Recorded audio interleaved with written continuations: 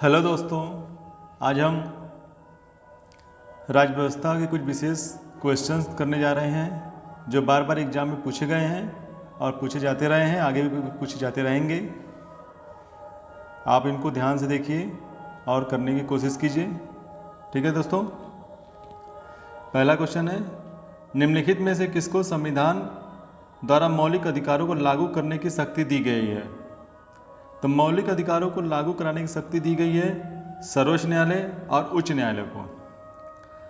अनुच्छेद 32 के द्वारा सर्वोच्च न्यायालय और अनुच्छेद 226 के द्वारा उच्च न्यायालयों को मौलिक अधिकारों को लागू करने की शक्ति दी गई है और रीट जारी करने का शक्ति दिया गया है।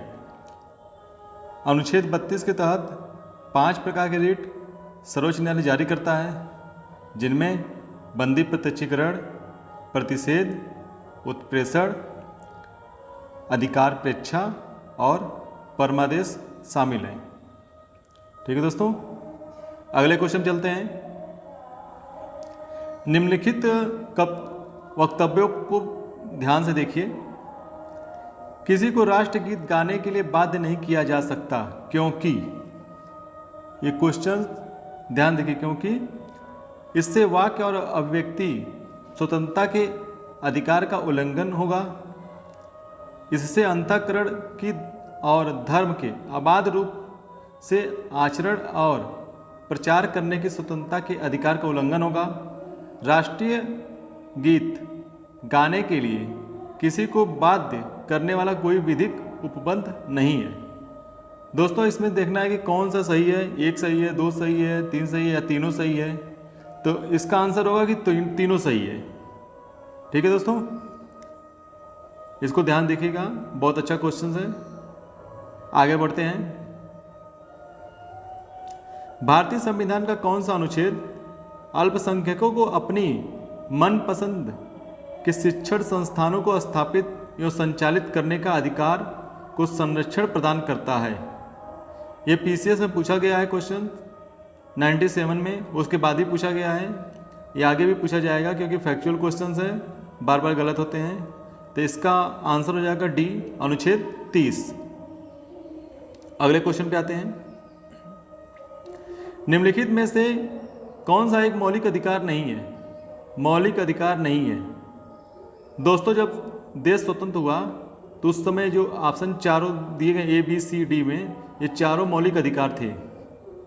ठीक है, लेकिन 44वां संविधान संशोधन अधिनियम 1978 के द्वारा संपत्ति के अधिकार को मौलिक अधिकार से बाहर कर दिया गया। अब ये केवल एक विधिक अधिकार है। तो इसका आंसर हो जाएगा सी, संपत्ति का अधिकार। अगले क्वेश्चन चलते हैं। किस वाद ने संसद को मौलिक अधिकारों में संशोधन का अधिकार दिया? ये बहुत ही इंपॉर्टेंट क्वेश्चन है दोस्तों। अभी हाल ही में, जैसा कि आप जानते होंगे, केशवानंद भारती जो केरल राज्य से संबंधित है, उनकी मृत्यु हुई है। और यह वाद केशवानंद भारती बनाम केरल राज्य 1973 का है, 1973 का है, जिसमें सर्वोच्च न्यायालय ने ये कहा था कि संसद मौलिक अधिकारों में संशोधन कर सकती है, लेकिन उसके मूलभूत जो ढांचा है उसमें कोई डैमेज नहीं होना चाहिए। और जो मूलभूत ढांचा है उसको डिफाइन करने का काम सर्वोच्च न्यायालय अपने जैसे भी उसके सामने प्रस्तुत किया जाएगा कोई भी मामला, उसमें डिफाइन करती जाएगी। आगे बढ़ते हैं। भारतीय संविधान का कौन सा अनुच्छेद प्रेस की स्वतंत्रता को आश्वासित करता है?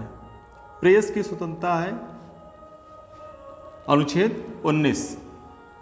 ठीक है दोस्तों, अनुच्छेद 19 में वाक्य एवं अभिव्यक्ति की स्वतंत्रता दिया गया है, जिसके अंतर्गत प्रेस की स्वतंत्रता भी शामिल है। आगे चलते हैं। निम्नांकित अधिकारों में से कौन से अधिकार भारत में सभी व्यक्तियों को उपलब्ध नहीं है?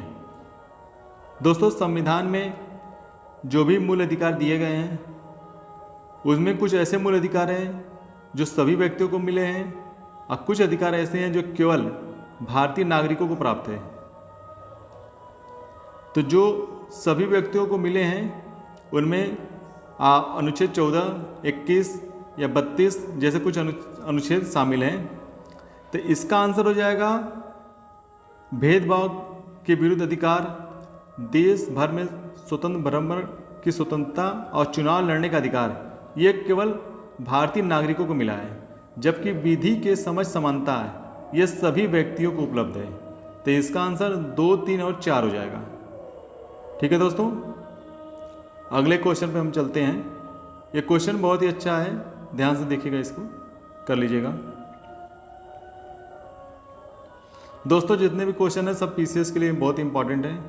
आने वाली आगामी परीक्षाओं के लिए जो पीसीएस होने वाली है उसमें बहुत ही महत्वपूर्ण भूमिका निभाएंगे। ये सभी क्वेश्चन पूछे गए हैं, इनको अच्छे से करना बहुत ज़रूरी होगा। 6 वर्ष की आयु से 14 वर्ष की आयु के सभी बच्चों को शिक्षा का अधिकार, ये किस प्रकार का अधिकार है ये पूछ रहा है। तो ये एक मूल अधिकार है। ठीक है दोस्तों, शिक्षा का अधिकार मूल अधिकार है। आगे बढ़ते हैं। शिक्षा का अधिकार 86वां संविधान संशोधन अधिनियम 2002 के द्वारा इसको मूल अधिकार का दर्जा दिया गया है।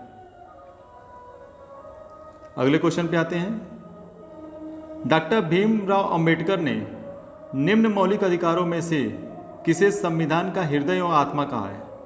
संविधान का हृदय एवं आत्मा की बात कर रहा है, तो इसका आंसर हो जाएगा ऑप्शन डी, संवैधानिक उपचारों का अधिकार, अनुच्छेद 32, जिसमें सर्वोच्च न्यायालय 5 प्रकार के रिट जारी करता है।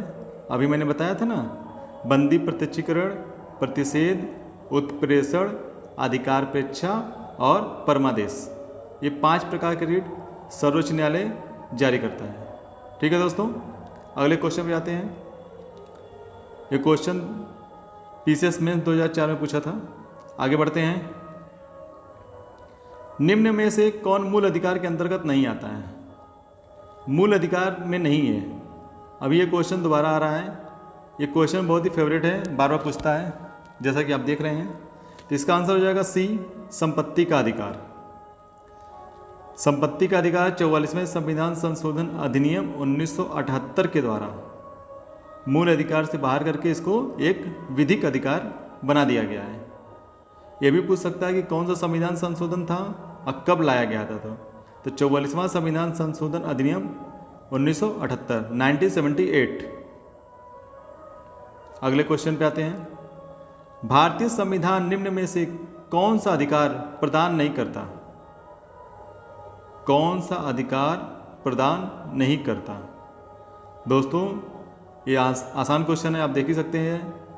इसका आंसर हो जाएगा ए, समान आवास का अधिकार, समानता का अधिकार, धर्म पालन करने का अधिकार और स्वतंत्रता का अधिकार, ये मूल अधिकार है, जबकि आवास का अधिकार मूल अधिकार नहीं है। अगले क्वेश्चन पे आते हैं। संविधान का कौन सा अनुच्छेद दोष सिद्धि के संबंध में अभियुक्तों को दोहरे दंड या स्व अभिशंसन से संरक्षण प्रदान करता है? दोस्तों इस क्वेश्चन को अच्छे से ध्यान से पढ़ लीजिए। क्या लिखा है? दोहरे दंड या स्व अभिशंसन से संरक्षण प्रदान करता है। तो इसका आंसर हो जाएगा डी, अनुच्छेद 20। अनुच्छेद 20 में कहा गया है कि किसी भी व्यक्ति को एक ही अपराध के लिए 2 बार दंड नहीं दिया जाएगा। साथ ही इसमें यह भी कहा गया है कि व्यक्ति को स्वयं के विरुद्ध गवाही देने के लिए बाध्य नहीं किया जाएगा।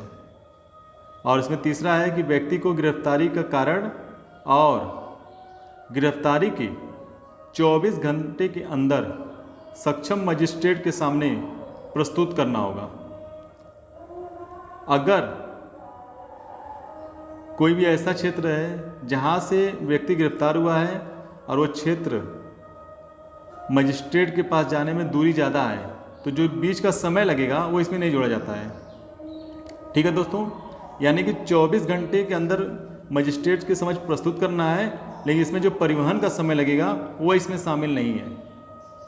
ठीक है दोस्तों, इसको थोड़ा समझ लीजिएगा। आगे बढ़ते हैं। संपत्ति का अधिकार एक है। दोस्तों अभी मैंने बताया ना, संपत्ति का अधिकार क्या है, एक विधिक या वैधानिक अधिकार। आगे बढ़ते हैं। निम्नलिखित में से कौन सा मूल अधिकार भारतीय संविधान में नागरिकों को नहीं दिया गया है? नागरिकों को नहीं दिया गया है। दोस्तों लिंग समानता का अधिकार ये तो मिला है, शोषण के विरुद्ध अधिकार ये भी मिला है, और देश के किसी भाग में बसने का अधिकार ये भी मिला है। तो इसका आंसर हो जाएगा सी, सूचना का अधिकार। सूचना का अधिकार एक मौलिक अधिकार नहीं है, ठीक है दोस्तों, ये एक विधिक अधिकार है।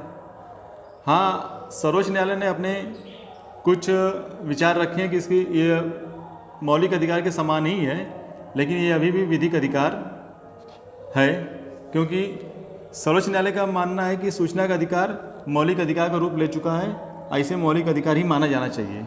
लेकिन इसका आंसर जब भी करना होगा तो विधिक अधिकार, सूचना का अधिकार आएगा, ठीक है। आगे बढ़ते हैं। भारतीय संविधान की प्रस्तावना में प्रयुक्त समाजवाद शब्द को निम्नलिखित किस अनुच्छेद या अनुच्छेदों के साथ मिलकर पढ़ने से सर्वोच्च न्यायालय को समान कार्य के लिए समान वेतन को मौलिक अधिकार परिभाषित करने की शक्ति प्राप्त है? दोस्तों इसका आंसर हो जाएगा डी, 14 तथा 16। ये क्वेश्चन पूछा भी है, 2 बार रिपीट हो सकता है, इसको थोड़ा सा याद कर लीजिए। 14 अनुच्छेद 16 दोनों इसका आंसर होगा डी। आगे बढ़ते हैं। निम्नांकित में से किन्हें सर्वोच्च न्यायालय ने मौलिक अधिकार के रूप में मान्यता दिया है? मौलिक अधिकार के रूप में मान्यता दिया है तो आवास का अधिकार, विदेश यात्रा का अधिकार और समान कार्य के लिए समान वेतन का अधिकार। तो इसका आंसर हो जाएगा ए, आवास का अधिकार और विदेश यात्रा का अधिकार मौलिक अधिकार है, जबकि समान कार्य के लिए समान वेतन का अधिकार यह नीति निर्देशक तत्वों में शामिल है। ठीक है दोस्तों, अगले क्वेश्चन पे आते हैं। किसी अपराध के अभियुक्त को स्वयं के विरुद्ध गवाह बनने के लिए बाध्य नहीं किया जा सकता। भारतीय संविधान के किस अनुच्छेद में यह प्रावधान किया गया है? दोस्तों अभी हमने पढ़ा ना, अनुच्छेद 20(3), इसका आंसर हो जाएगा अनुच्छेद 20(3), जिसमें 3 प्रकार के दिया गया है। स्वतंत्रता, जिसमें क्या है कि व्यक्ति को स्वयं के विरुद्ध गवाह देने के लिए बाध्य नहीं किया जाएगा। एक ही दोष के लिए 2 बार सजा नहीं दिया जाएगा, यानी एक ही अपराध के 2 बार सजा नहीं दिया जाएगा। और गिरफ्तारी के 24 घंटे के अंदर सक्षम मजिस्ट्रेट के समक्ष प्रस्तुत करना होगा। अगले क्वेश्चन पे आते हैं। भारतीय संविधान के अंतर्गत निम्नलिखित अधिकारों में से कौन सा अधिकार सभी व्यक्तियों को प्राप्त है? दोस्तों एक क्वेश्चन देखिए दोबारा आ गया है, कौन सा अधिकार सभी व्यक्तियों को प्राप्त है? ये क्वेश्चन टफ है, लेकिन इसको करना बहुत जरूरी है क्योंकि बार बार पूछा जाता है। इसका आंसर हो जाएगा विधि के समक्ष समान संरक्षण। ये अनुच्छेद 14 के अंतर्गत समानता के अधिकार में दिया गया है। तो इसका आंसर हो जाएगा ए, अनुच्छेद 14 में दिया गया है विधि के समान संरक्षण का अधिकार। अगले क्वेश्चन पे आते हैं।